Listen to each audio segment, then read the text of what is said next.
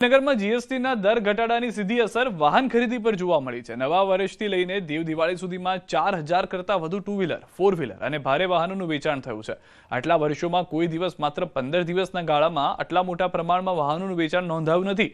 ગાંધીનગર આરટીઓમાં નવા વાહનની 40 કરોડ કરતાં વધુ આવક થતા તિજોરી ઉભરાઈ છે। માંગ એટલી વધારે છે કે કંપની અને ડીલરો હજુ પણ નોંધાયેલા વાહનોની ડિલિવરી કરવા પહોંચી વળ્યા નથી। આટલું જ નહીં, દિવાળીના સમયગાળાથી ઇલેક્ટ્રિક વાહનોના વેચાણમાં આશરે 30% વધારો નોંધાયો છે। સૌથી વધારે ટુ વ્હીલર વાહનોનું વેચાણ થયું છે અને સારી બાબત એ છે કે એનાથી સરકારનું રેવન્યુમાં પણ ઘણો બધો વધારો થયો છે। હજુ પણ વધારે વેચાણ થવાની શક્યતાઓ હતી, પરંતુ જે પ્રમાણે જીએસટીમાં ઘટાડો થયો, લોકોની માંગ એટલી બધી વધી ગયેલી કે ઓલરેડી અત્યારે વાહનો વેચાણ વેટિંગમાં ચાલી રહ્યા છે। મતલબ કે ડીલરો કે મેન્યુફેક્ચરો પ્રોવાઈડ નથી કરી શકતા એવી પરિસ્થિતિનું નિર્માણ થયું છે। સરકારને દિવાળી પૂરતું કન્સિડર કરીએ તો અંદાજિત એવું કહી શકાય કે 30-40 કરોડ રૂપિયાની આવક થઈ શકેલી હોય એવો અંદાજ દેખાય છે, જે ખૂબ સારી બાબત છે। સુરત વન વિભાગમાં ફરજ બજાવતા મહિલા આરએફઓ સોનલબેન સોલંકીને ગોળી વાગવા મામલે રહસ્ય ઘૂંટાઈ રહ્યું છે। મહિલા આરએફઓ કારમાં લુહાણ હાલતમાં મળ્યા। તેમના માથામાં ગોળી લાગી હતી। તેમને તરત જ કાપોદ્રા સ્થિત પીપી સવાણી હોસ્પિટલમાં દાખલ કરવામાં આવ્યા, જ્યાં ન્યુરોસર્જન ડોક્ટર જતીન માવાણીએ ઓપરેશન કરી ગોળી કાઢી ડાબી બાજુના મગજને નુકસાનથી બચાવી સારવાર શરૂ કરવામાં આવી તેવું તબીબે નિવેદન આપ્યું હતું।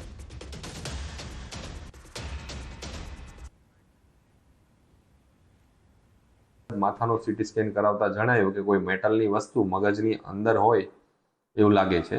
દર્દીનું ઇમરજન્સીમાં મગજનું ઓપરેશન કરવામાં આવ્યું, જેમાં તેના ડાબી બાજુના મગજના ભાગમાંથી બંદૂકની ગોળી એટલે કે બુલેટ કાઢવામાં આવેલી છે। બુલેટની એન્ટ્રી ચહેરાના જમણા ભાગમાં થઈ મગજમાંથી પસાર થઈને મગજની ડાબી બાજુના ભાગ સુધી ઘૂસી ગયેલ હતી। હાલ દર્દીને ક્રિટિકલ હોવાથી તેમને આઈસીયુમાં સારવાર હેઠળ દાખલ કરવામાં આવેલ છે। આરએફઓની સ્થિતિ અંગે તબીબે અપડેટ આપ્યા છે। હાલ સોનલબેનની સ્થિતિ ક્રિટિકલ છે, તેમને આઈસીયુમાં દાખલ કરવામાં આવ્યા છે। જણાવી દઈએ કે ઘટના સમયે તેમની 4 વર્ષની પુત્રી કારમાં હાજર હતી। આ મામલે પૂછપરછ દરમિયાન જાણવા મળ્યું કે તેમનો પતિ સાથે વિવાદ ચાલી રહ્યો હતો।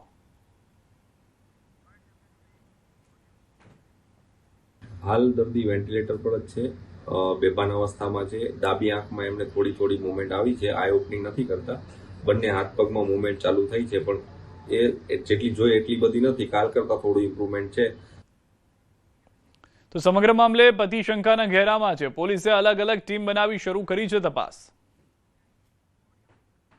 સુરત જિલ્લાના કામરેજ ખાતે મહિલા આરએફઓના માથામાં ગોળી મારેલી હાલતમાં મળી આવ્યા બાદ કામરેજ પોલીસે આ મામલે તપાસ શરૂ કરી છે। ત્યારે આપણી સાથે સુરત ગ્રામ્યના એસપી રાજન ગડિયા છે, આપણે સીધા એમની સાથે વાત કરીએ। સાહેબ, મહિલા આરએફઓ ગોળી વાગેલી હાલતમાં મળી આવ્યા છે, આ ઘટના શું છે અને આ ઘટનામાં તપાસ ક્યાં પહોંચી છે? ગઈકાલે સવારે આ ઘટના બની હતી। જે વિક્ટિમ બેન છે એ ગાડી લઈને જતા હતા એમના બાળક સાથે, અને જોખા વાવ રસ્તો છે ત્યાં એક ઝાડ સાથે અથડાયેલી હાલતમાં ગાડી મળી આવેલી। શરૂઆતમાં એક્સિડન્ટના મેસેજ મળેલા, એમના ભાઈ પણ તાત્કાલિક જગ્યા ઉપર પહોંચેલા અને હોસ્પિટલાઇઝ કરેલા। ત્યારબાદ જ્યારે ઓપરેટ કરતા સમયે ડૉક્ટરને એવું જણાયેલું કે શંકાસ્પદ છે અને માથામાં બુલેટ છે, ત્યારે ડૉક્ટરે ફરી પોલીસને જાણ કરેલી કે આની અંદર શંકાસ્પદ છે। તાત્કાલિક અમારી ટીમ પહોંચેલી, એફએસએલ અધિકારી, અમારી એલસીબી, એસઓજી, હું, અમે તમામ લોકો ઘટના સ્થળે પહોંચેલા। ગાડીનું ઘટના સ્થળનું પરીક્ષણ કરાવેલું અને જે બુલેટ છે એ બાબતમાં પણ એફએસએલ પાસેથી પ્રાથમિક માહિતી મેળવેલી। ત્યારબાદ જે વિક્ટિમ છે એના ભાઈ, એમણે કામરેજ પોલીસ સ્ટેશન ખાતે ફરિયાદ આપેલી છે। નવું શૈક્ષણિક સત્ર શરૂ થયું છે। વિદ્યાર્થીઓ શાળાએ ભણવા પહોંચી ગયા છે, પરંતુ ભણાવવા માટે શિક્ષકો જ હાજર નથી। અમદાવાદના કૃષ્ણનગર સ્થિત શિવમ વિદ્યાલયમાં એક પણ શિક્ષક હાજર નથી। પૂર્વ ધારાસભ્ય નરેન્દ્રસિંહ ઝાલાની આ શાળામાં માધ્યમિક વિભાગમાં શિક્ષકોની અછતને કારણે વિદ્યાર્થીઓ મુશ્કેલીમાં જોવા મળી રહ્યા છે।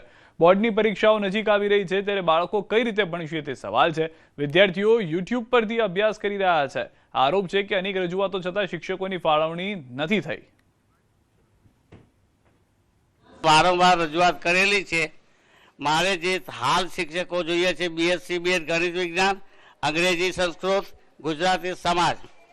તદુપરાંત મારી શાળામાં ક્લાર્ક પણ નથી, પટાવાળો પણ નથી, કોમ્પ્યુટર શિક્ષક નથી, વ્યાયામ શિક્ષક નથી, ડ્રોઈંગ શિક્ષક નથી, લાઇબ્રેરિયન પણ નથી।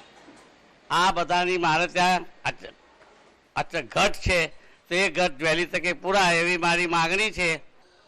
સરકાર દ્વારા વિદ્યાર્થીઓના અભ્યાસ માટે નીત નવી યોજનાઓ બનાવવામાં આવે છે.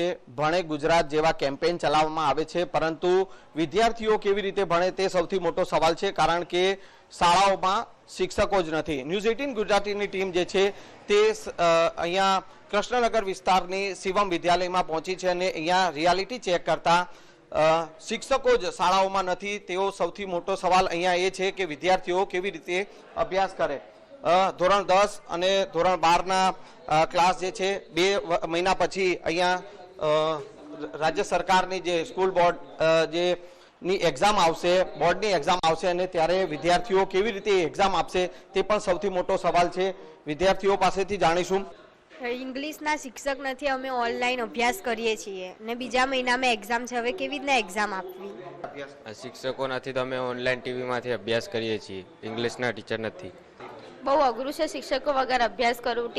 અમે આમાં ઓનલાઈન અભ્યાસ કરીએ છીએ, આવડે તો આવડે, નકર ના આવડે, પણ ખરેખર શિક્ષકો હોવા જોઈએ સ્કૂલમાં. કયા કયા વિષયના શિક્ષકો? ઇંગ્લિશના તો મેન આવવા જ જોઈએ, બીજા તો અમે જાતે બી કરી દઈએ. ઇકોના બી આવવા જોઈએ, ઇંગ્લિશ એ તો આવવા જ જોઈએ શિક્ષક.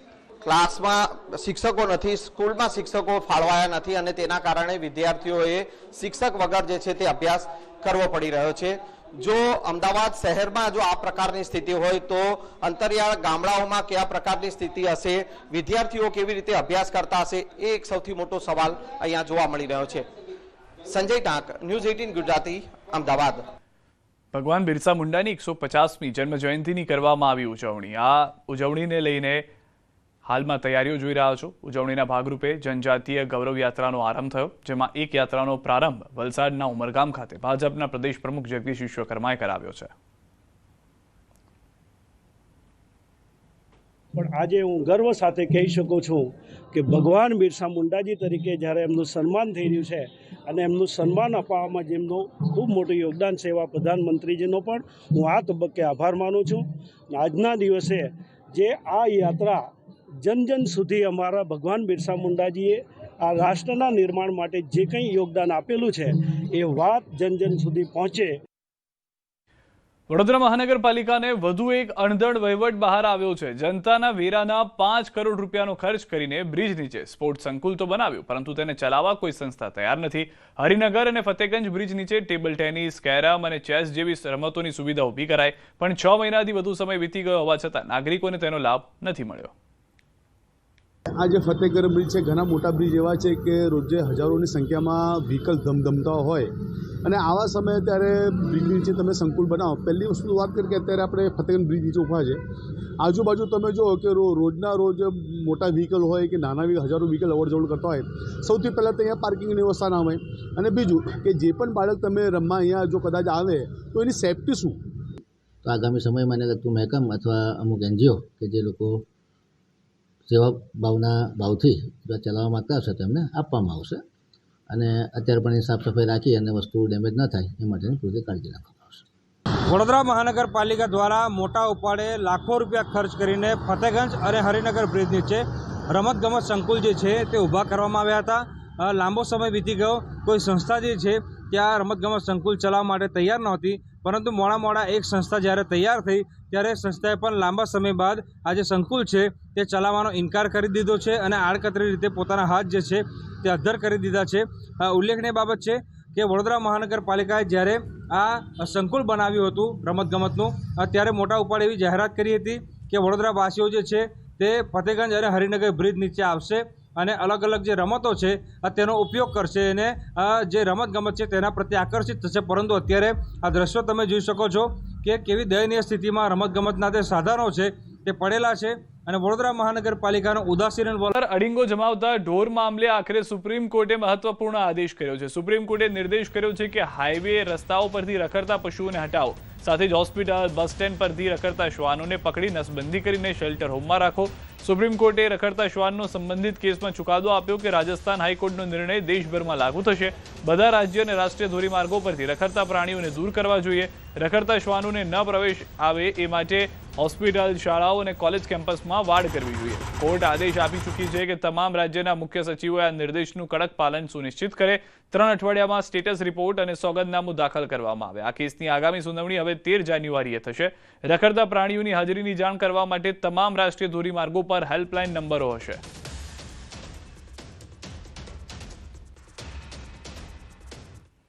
વડોદરાની SSG હોસ્પિટલમાં રખડતા શ્વાનનો આતંક વધ્યો છે. ન્યૂઝ 18 ગુજરાતીના રિયાલિટી ચેક દરમિયાન હોસ્પિટલના વિવિધ વોર્ડથી લઈને મેડિકલ કોલેજ સુધી શ્વાનો બિંદાસ ફરી રહ્યા છે, જે જોવા મળ્યું છે.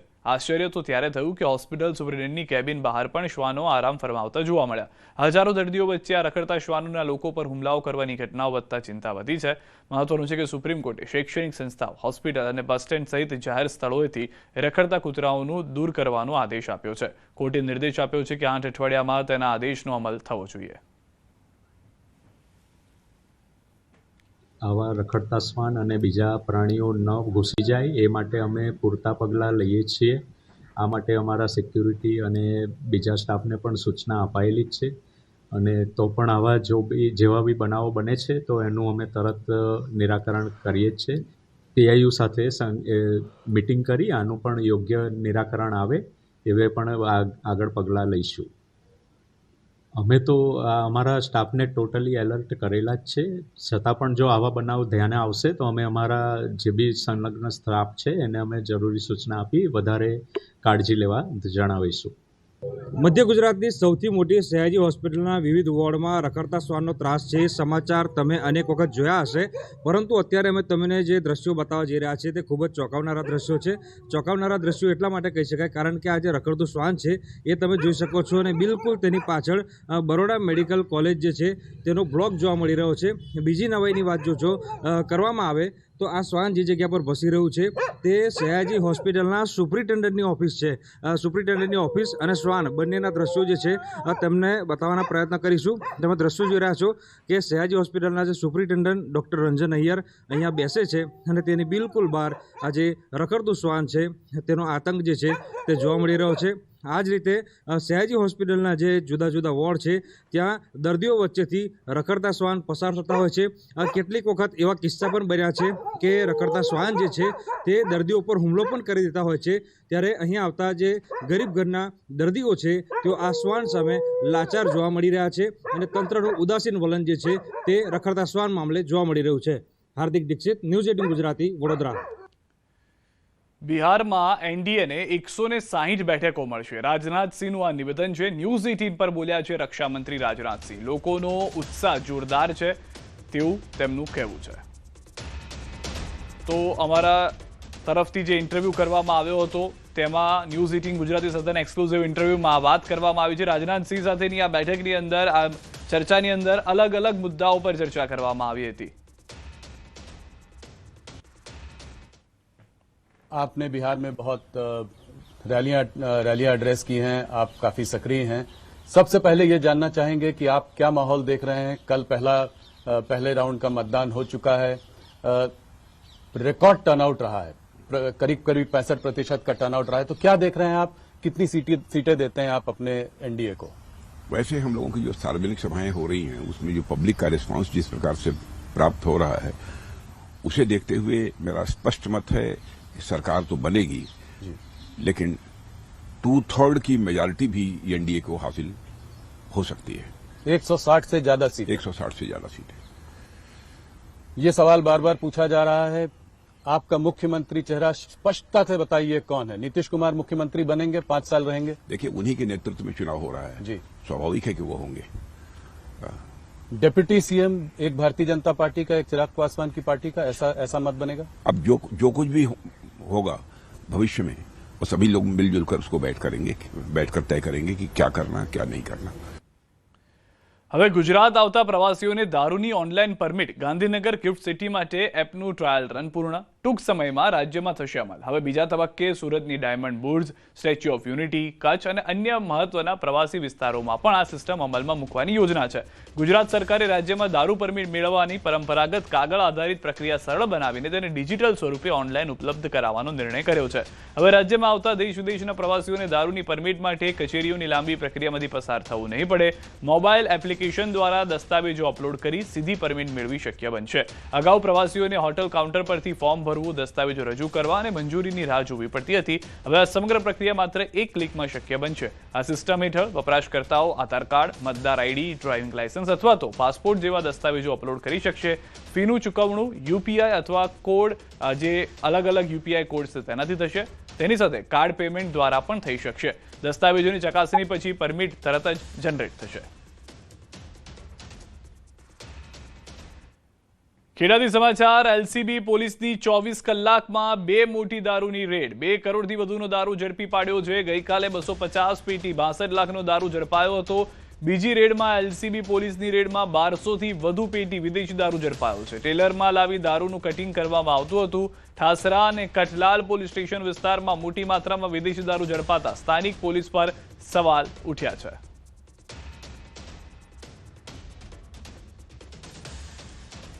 રખડતા ઢોર સામે પગલાં ભરવા નિર્દેશ કર્યો છે, પરંતુ સમસ્યા વધી રહી છે. ભરૂચમાં રખડતા ઢોરના ત્રાસના 2 બનાવો ચોંકાવનારા છે. રખડતા પશુના હુમલાની વધુ એક ઘટના સામે આવી. શહેરના લિંક રોડ પર ગાયે 2 વ્હીલર સવાર દંપતીને ટક્કર મારી હતી. ટક્કર બાદ બાઇક પરથી મહિલા નીચે પડી જતા ગાયે તેના પર હુમલો કર્યો. સદનસીબે આસપાસના લોકોએ દોડી જઈ મહિલાને બચાવી હતી. આખી ઘટના નજીકમાં લગાવેલા સીસીટીવી કેમેરામાં કેદ થઈ ગઈ છે.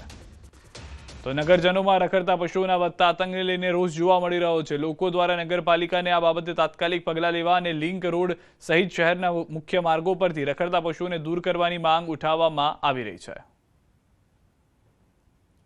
ટેક્સટાઇલ માર્કેટમાં આગ લાગી. સારોલી કુબેરજી ટેક્સટાઇલ વર્લ્ડ માર્કેટમાં આગનો બનાવ. 10મા માળે કાપડના દુકાનમાં આગનો બનાવ બન્યો છે. 10થી વધુ ગાડીઓ, ફાયરની ટીમ ઘટના સ્થળે પહોંચી. આગ લાગતા અફરાતફરીનો માહોલ સર્જાઈ ગયો છે. આગ કાબૂમાં આવી ગઈ. કોઈ મોટી જાનહાની અને નુકસાની નથી થઈ તેવી પણ જાણકારી મળી રહી છે.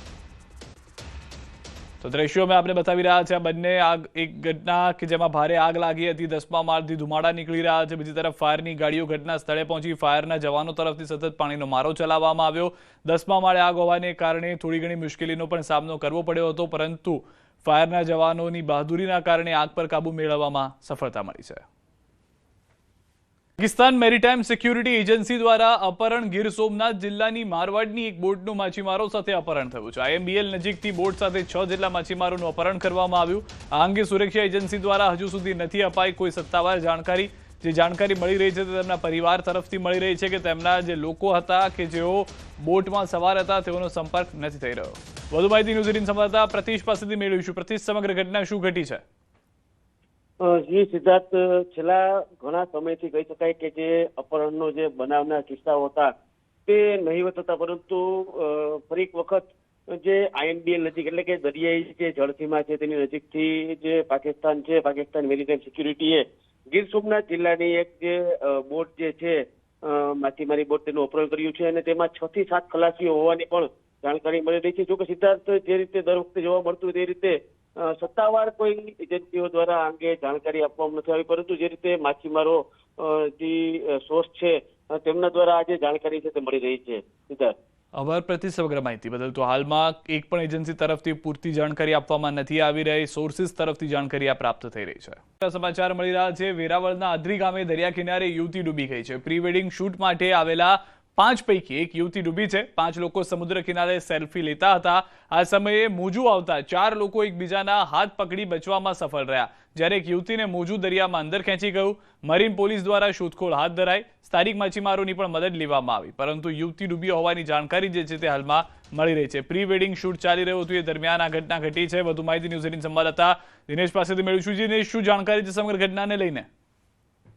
જી બિલકુલ સિદ્ધાર્થ, વેરાવળ તાલુકાના આદરી ગામની ઘટના છે કે જ્યાં આગળ આમ તો અવારનવાર અનેક કપલો છે તે પ્રી વેડિંગ કરવા માટે આવતા હોય છે અને તેમના ભાગરૂપે જ આજે એક વધુ એક કપલ છે કે જે જૂનાગઢના માળિયાનું હોવાનું સામે આવી રહ્યું છે ને તે કપલ પ્રી વેડિંગ માટે આવ્યું હતું ને તેમની સાથે જ વેરાવળના રામપરા ગામની એક યુવતી કે જે તે સર્કલમાં જ હતી અને તે તમામ લોકો છે તે સેલ્ફી લઈ રહ્યા હતા દરિયાની અંદર ને તે દરમિયાન જ અચાનક જ દરિયાનું મોજું આવ્યું અને આ જે 5 જેટલા લોકો હતા તેમાંથી આ યુવતી છે તેમને દરિયાનું મોજું છે તે તાણી ગયું છે અને તેમને લઈને હાલ માછીમારો અને ફાયર બ્રિગેડ દ્વારા તેમની શોધખોળ છે તે હાથ ધરવામાં આવી છે. સિદ્ધાર્થ. દિનેશ, કેટલા વાગ્યાની આ ઘટના છે? જે પરિવાર આવ્યો હતો એ ક્યાંથી આવ્યો હતો અને સમગ્ર ઘટના જ્યારે ઘટી ત્યાં આગળ કોઈ સુરક્ષા માટે હતું કે નહીં તેને લઈને શું જાણકારી?